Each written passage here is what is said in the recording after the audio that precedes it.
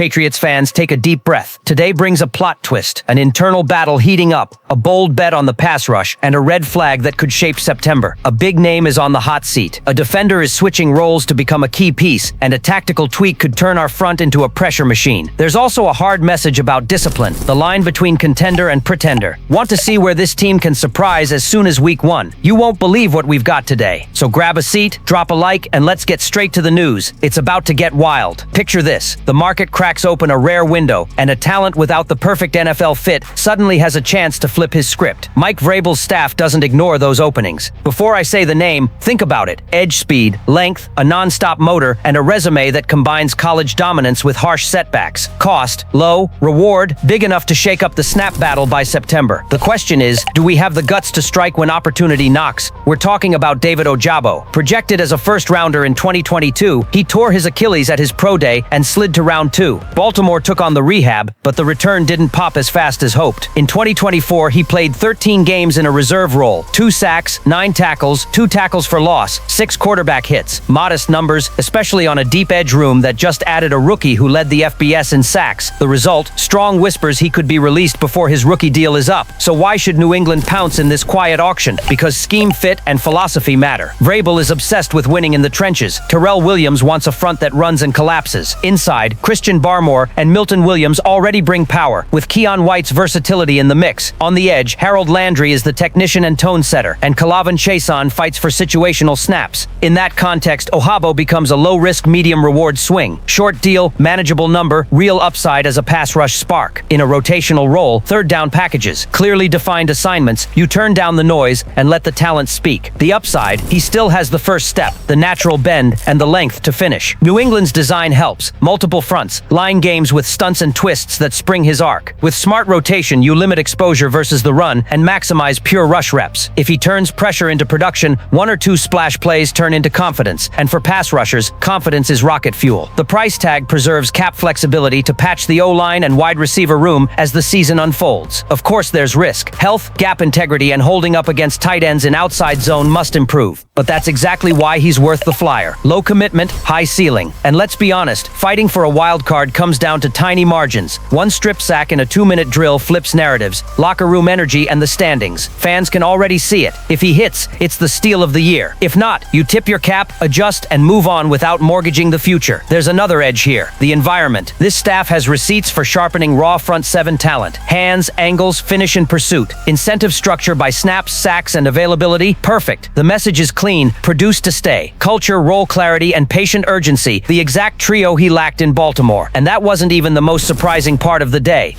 Imagine the scene. Final week before the 53-man cutdown, clock ticking, and Foxborough is all business. Nothing is more Patriots than an internal battle that could define a player's immediate future and at the same time shape Mike Vrabel's defensive identity. The echoing question, who sticks, who slips, and who reinvents himself at the decisive moment? Enter Marte Mapu. Drafted as a safety in 2023, he's ridden the roller coaster, opened 2024 on injured reserve, yet never lost the tools. Physical, fast, versatile. Then Vrabel steps in and says, I want you at linebacker. That's not a minor tweak, it's a statement that the staff sees something in him that can change the puzzle.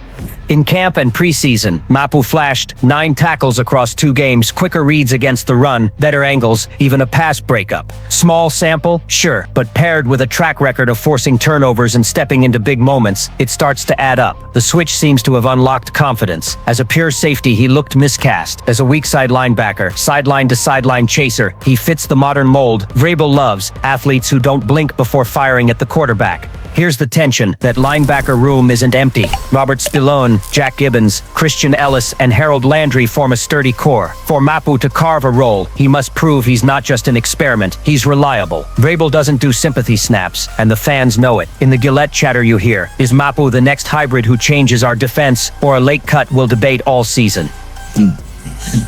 The impact reaches beyond one player. If Mapu sticks, the front 7 gets more mobility, aggression, and play-calling flexibility. Picture a pressure package with Barmore crushing the middle, Landry off the edge, and Mapu knifing through a side gap. That's the kind of look that rips a fourth-quarter fumble. If it fails, the staff spent valuable reps on something that didn't stick. That's why this battle sizzles. It's not just about Mapu, it's about Vrabel's blueprint, rewarding merit, betting on versatility, and fixing a defense that once was the heartbeat of New England. Brace yourselves. This decision will trigger either a sigh of relief or barstool debates for weeks. But hold on, because what's next is even harder to believe. When a new regime takes over, change is inevitable. In New England, with Mike Vrabel, the sheer force of those changes shocked even the skeptics. The defense, once the franchise's pride, needed major surgery, and Vrabel didn't blink. Nothing stirred the fan base more than the Kion White situation. A 2023 second-rounder with a monster frame and game-wrecking potential should be a frontline staple. Yet in recent weeks, he slid to the second unit behind Kion White. To many, that looks like a demotion. But is it?